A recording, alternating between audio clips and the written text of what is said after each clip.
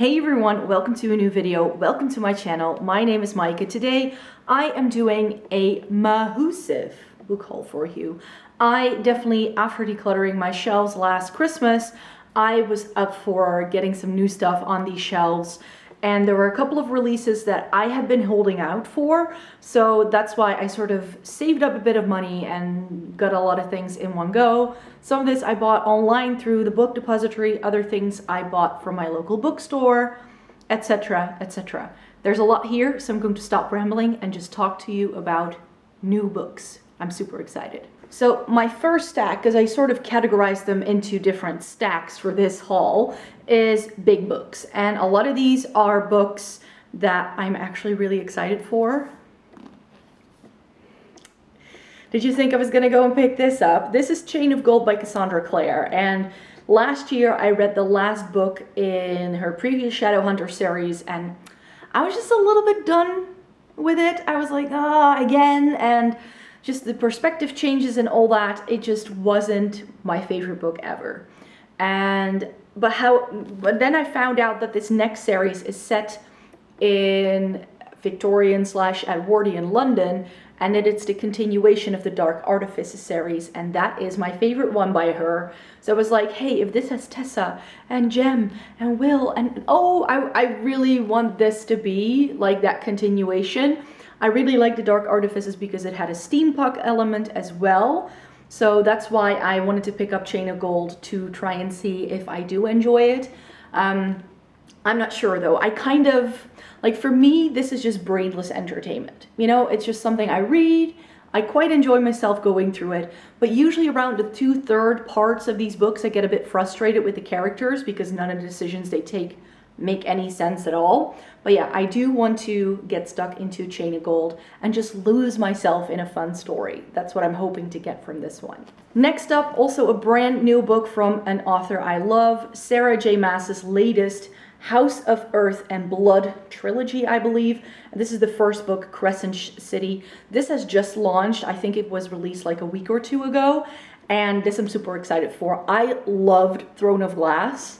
Like, that was my favorite, and I read all the books in that series. I still have to read A Court of Thorns and Roses, like that little trilogy, and I'm not sure if this is a continuation of that.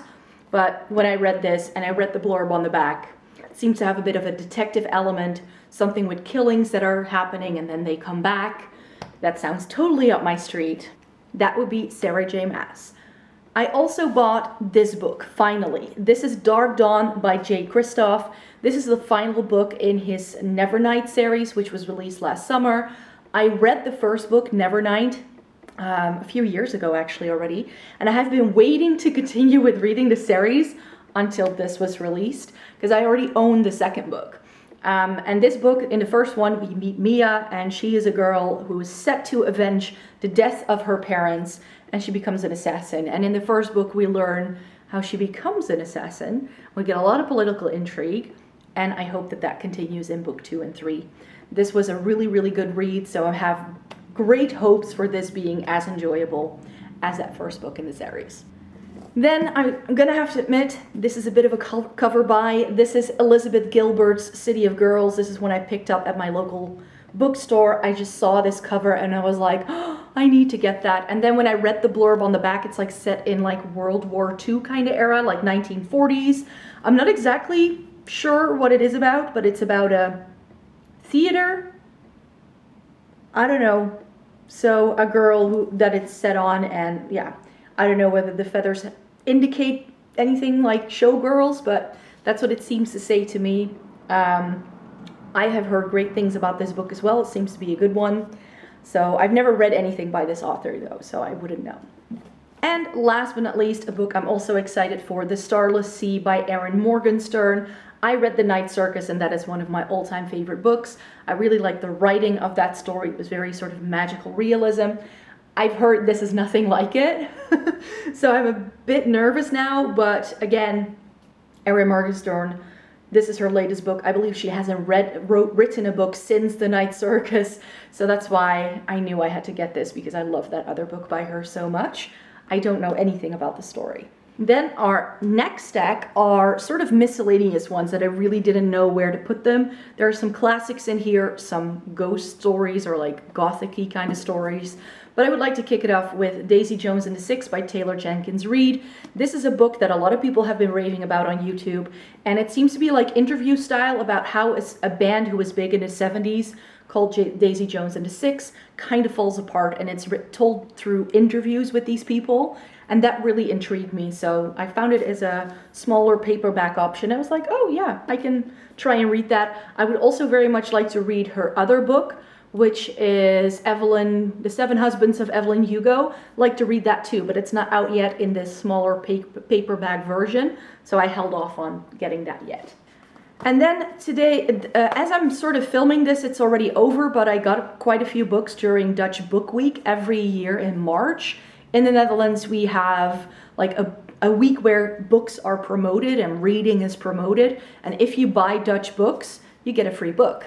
This year, it's the honor befalls to Anna-Jet van der Zijl, and she's written a non-fiction, which is quite rare, Leon and Juliet, and this is about two lovers set in 19th century Charleston. He's Dutch, she's a colored girl, so of course that was very controversial at the time. And this, she's trying to retell their story, so I think it's a very current sort of book as well. It's a short one. It's usually like really short books like this. And as I was picking, I bought my mom a book because it's my mom's birthday soon. So that's why I got that one for free, because of that. And then I also bought myself the essay written by Özkan Akjol. He's a Dutch author, and he wrote an essay for the book week called Generaal zonder leger. And Generaal zonder leger means general without an army. And he is sort of like kicking against all of the little holy houses of literary culture in the Netherlands. I really enjoyed this. I already read it. And then we have three classics here. I bought Mole Flanders by Daniel Defoe, Dubliners by James Joyce, and Philip K. Dick, Do Androids Dream of Electric Sheep.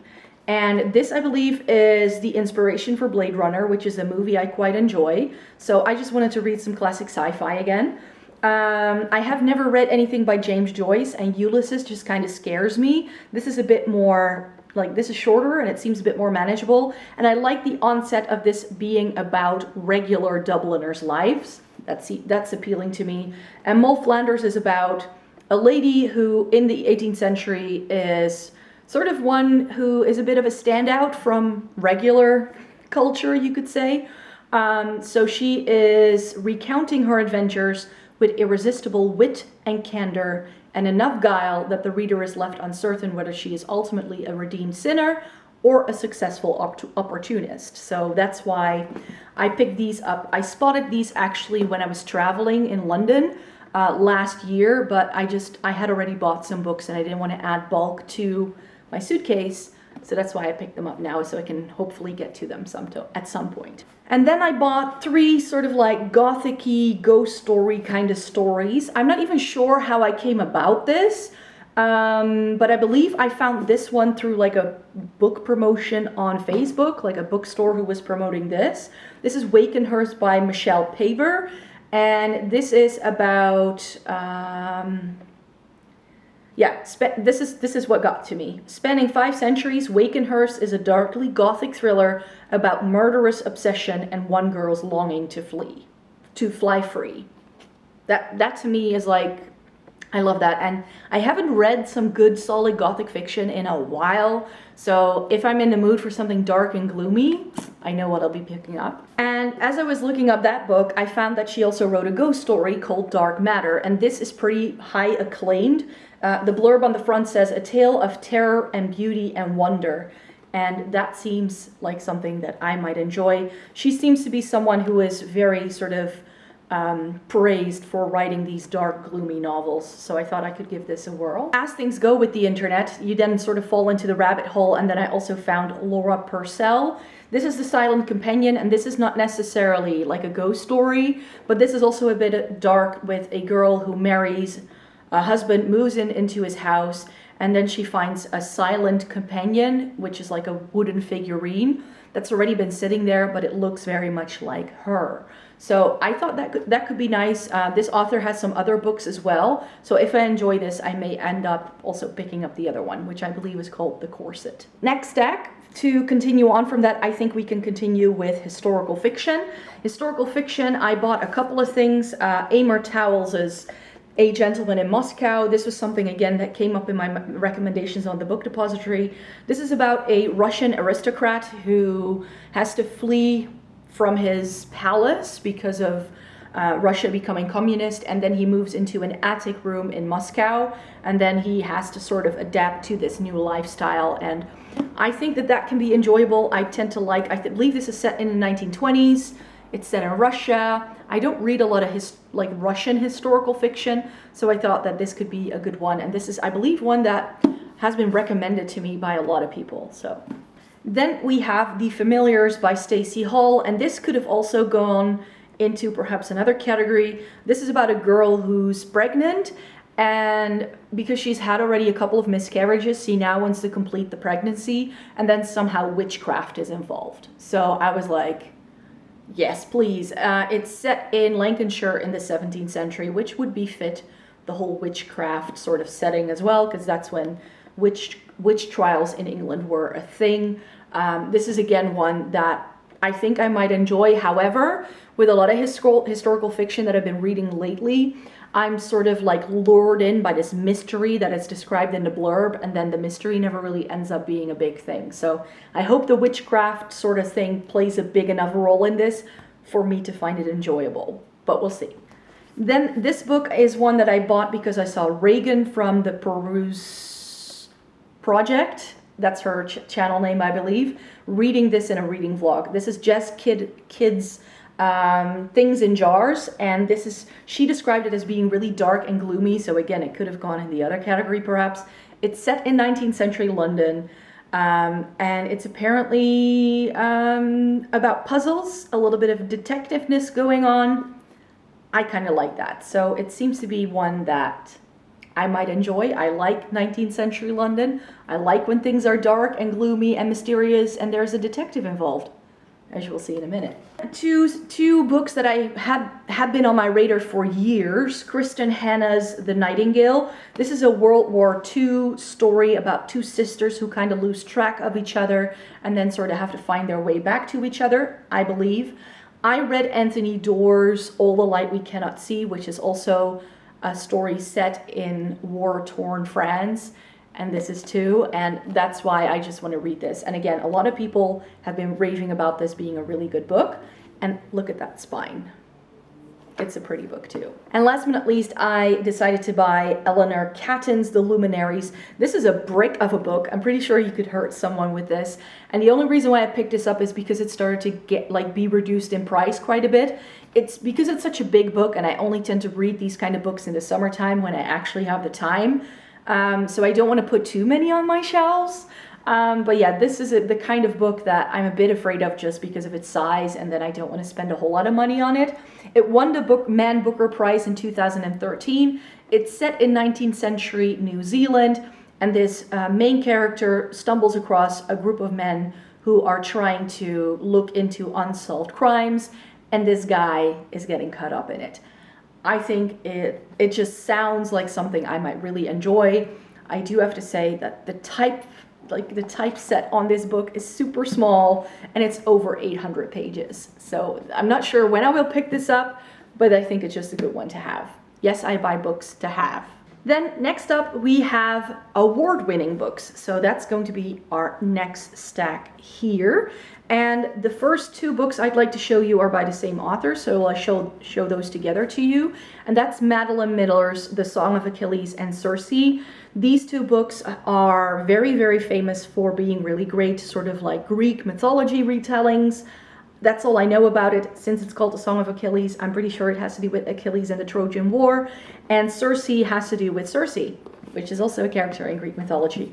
That's all I know about these. This was shortlisted for the Women's Prize in Fiction last year. So yeah, I think that these will be nice, and this won a prize in 2012. Sticking to the theme of Greek mythology retellings, Pat Barker wrote The Silence of the Girls, which was also shortlisted for the Women's Prize in Fiction in 2019.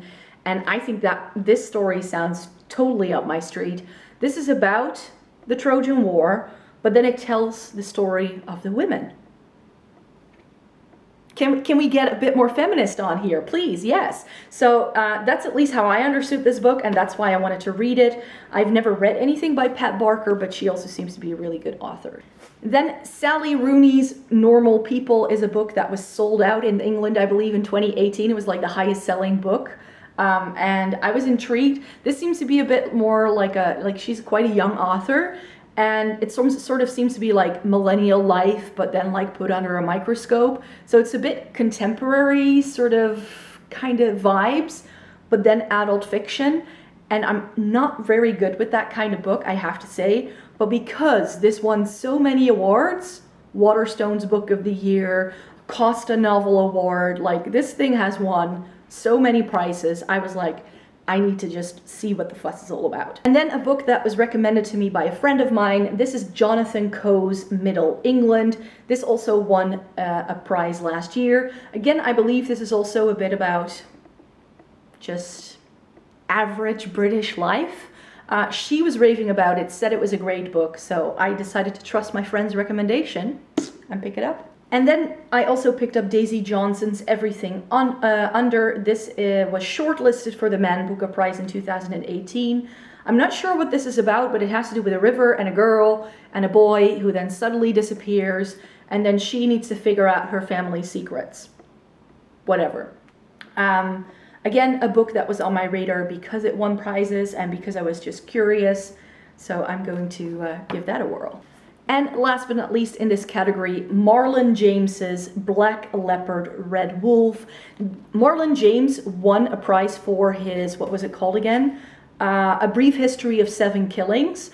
And that won the Man Booker Prize a few years ago. And I heard lots of people raving about it, but when I read the blurb, it just didn't really speak to me.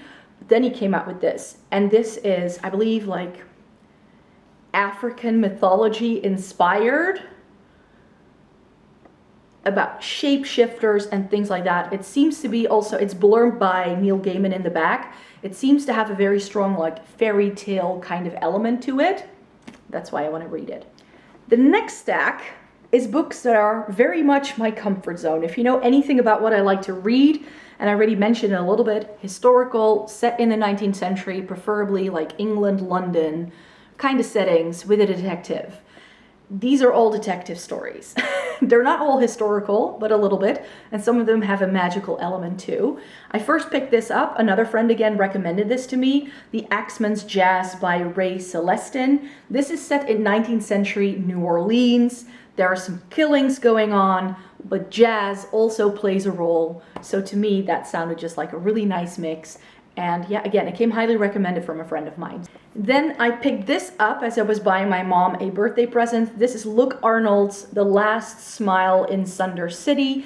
And this book just really intrigued me. The cover looks very similarly to one of my favorite book series, which we'll see in a minute. And I read the blurb in the back and it said, "Sobriety costs extra, my services are confidential, I don't work for humans." It has to do with magic. It has to do with, I don't know, someone who says that humans are not the people who need their help. And it says here, loved by readers of Ben Aronovich and Jim Butcher. And those are like two of my favorite fantasy series, so I think this may be up my street. Of course, I'm not entirely sure. It's a debut novel by a debut author, so we'll see how it goes, but this had me intrigued. So then we have The Vinyl Detective by Andrew Cartmel, and this is an author who tends to promote his books alongside Ben Aronovich, and that's how I sort of came about this story. This is about a guy who's a record collector who also calls himself the Vinyl Detective.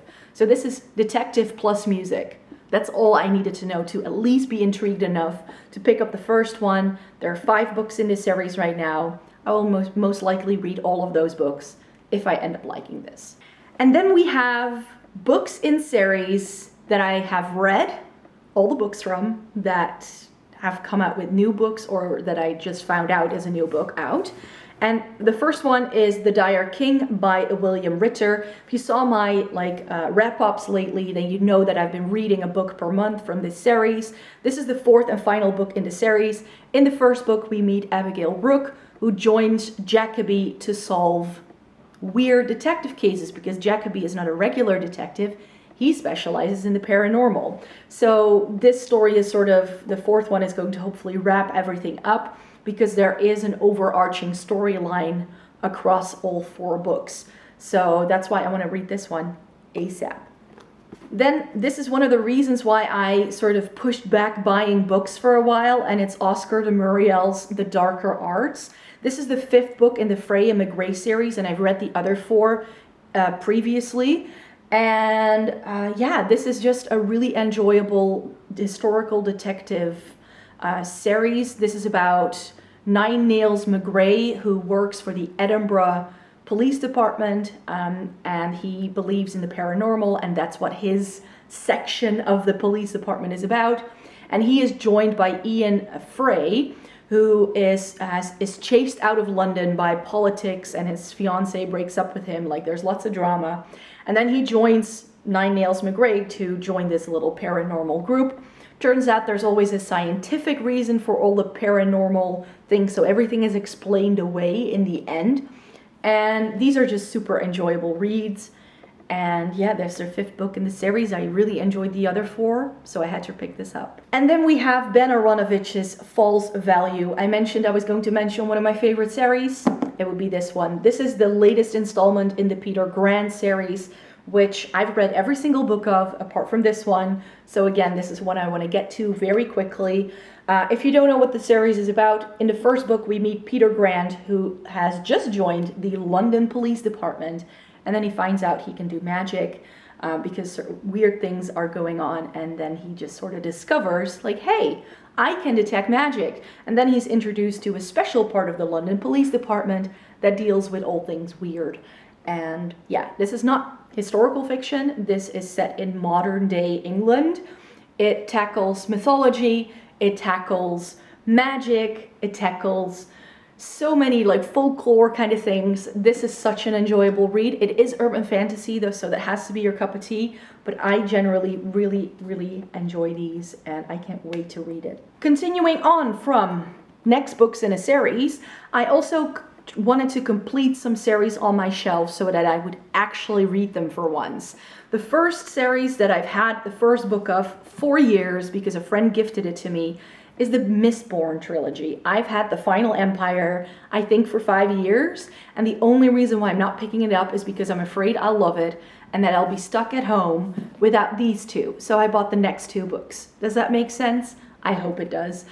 This is a series that so many people love, and I just know that if I love it, I want to just race through it. So that's why I bought The Well of Ascension and The Hero of Ages, and now I can finally get to this series. So that's one that I would like to add to my 2020 TBR. Then Katherine Arden has a series that starts with book 1, The Bear and the Nightingale. I also decided to pick up The Girl in the Tower and The Winter of the Witch. This is a magical like fantasy series, but it's set in like a Russian setting. I don't know why, but again, I was not picking up the first book because I was just intrigued enough with the series to read the other 2 as well. So now I have them. Thirdly, I had the same issue with N.K. Jemisin. The first one is, I believe, called The Fifth Element. Am I correct? No, The Fifth Season. It's called The Fifth Season. So I also picked up The Obelisk Gate and The Stone Sky. These are, again, very much raved about as being excellent fantasy books with a lot of diversity, a really good magic system. I can't wait. And I've got one more for you. One more stack that's left, and these are all fantasy books. Again, this I could have put in a different category too, but I also really enjoy the Invisible Library series by Genevieve Cogman. I have not yet read the last one before this, which is called The Mortal Word, but I decided to already pick up the next one, The Secret Chapter. In this series, we meet Irene. She is a librarian, and in this world, the library manages order, and there are different worlds, parallel universes, alternate universes, you could say, where different books exist in different worlds, and she needs to go to these different worlds to retrieve books. but it spirals out of control very quickly. I really enjoy these because each book has its own little alternate universe in which things take place, be it a 19th century London with more modern technology, be it a 1920s where lots of gunfights are going on, more like mafia controlled. So I really enjoy these stories. They are quick, easy reads. The characters are pretty lovely too, and yeah, I've been loving this series. Then we have The Poppy War by R.F. Kuan. I think that's how you pronounce it. I've heard lots of different things about this book and a lot of people liking it, even though it can get a bit graphic at times. That's what I've heard. I'm just in for this. It was the best fantasy debut of 2018 according to Wired. I don't know, it seems to be like an Asian setting. I'm down. Like to try it. Don't know much about this. And then we have A.J. Smith's The Glass Breaks. This book is one that I found at my local bookstore, and I don't know what this is about. It's just about a boy who goes through some sort of initiation, and then he needs to prevent something from happening because there's some sort of corruption conspiracy going on that he needs to unravel. I tend to like this. This is the first book in a series. We don't get a whole lot of like standalone fantasy novels, but when we do, I'd like to try them. This is Samantha Shannon's The Priory of the Orange Tree. The only thing I know about this book is that it's really, really hefty and it's got dragons. That's all I know. And then I also wanted to read this. This is Gideon the Ninth by Tamsin Muir, and this is one that I've heard very mixed reviews about though. The only thing I know about this is that it's about necromancy. I don't know. It just sounded intriguing. It popped up on my book depository recommendations as like, this is something new that you might like. And I was like, ooh, sounds intriguing. Another local bookstore find is The Bird King by G. Willow Wilson. This is a story that is set in, I think, like a more like Middle Eastern kind of world, about a guy who can draw maps, but then these maps start to change. So this seems to have a bit of magical realism as well, and that's what captured my attention. Plus this cover is stunning. And finally, the final book that I picked up is The Binding by Bridget Collins. This is again one that a lot of people have been raving about. This, like the map story, this is about books. This guy binds books and then they can be also bound with secrets. That's what it says on the back. Sounds intriguing. I definitely waited for this to come out in paperback as well to pick it up. Right, so those are all of the books that I picked up. I know this is very excessive, but you do have to know that I kind of read this amount of books every single year. I read like 40 plus books a year. I am definitely sort of still on track to hitting like 40 to 50 books again this year. That's still my aim, and that means I need to replenish things, especially if I get rid of like 100 books. Then I need new stuff. So I'm going to now enjoy these books, and I will update you in wrap-ups once I've read these. I'm definitely going to put this on my table to start reading it right now because I'm currently bookless. Oh no. So that's what's going to happen, and yeah, let me know in a comment down below what a recent book is that you are excited for. I would love to know. Stay tuned for more videos. I make one video a week on this channel. So at Friday at 6 p.m. Central European time, that's when my videos go live. Hope to see you then. Bye.